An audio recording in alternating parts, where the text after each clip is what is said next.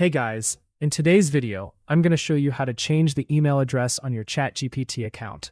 So if you're trying to update your email, there's something very important you need to know first. ChatGPT currently does not allow you to directly change your email address from inside the settings, but don't worry, I'll show you the correct workaround step by step. First, open up the ChatGPT app on your phone or go to the website on your computer. Once you're on the home screen, tap on the menu icon in the top left corner. Now scroll down and tap on your profile or your name. This will open your account settings.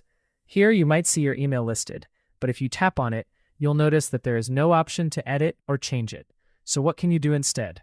The only way to use a different email is by creating a new account with that email address. To do this, go back to your settings and scroll down to the data control section. Here you'll find the option to delete your account if you no longer want to use the current email. Before deleting, make sure you don't have any important chats saved, because once your account is deleted, all your data will be permanently removed. Now, instead of deleting, you can also simply log out of your current account. After logging out, tap on Sign Up and create a new account using the new email address that you want to use. And that's it.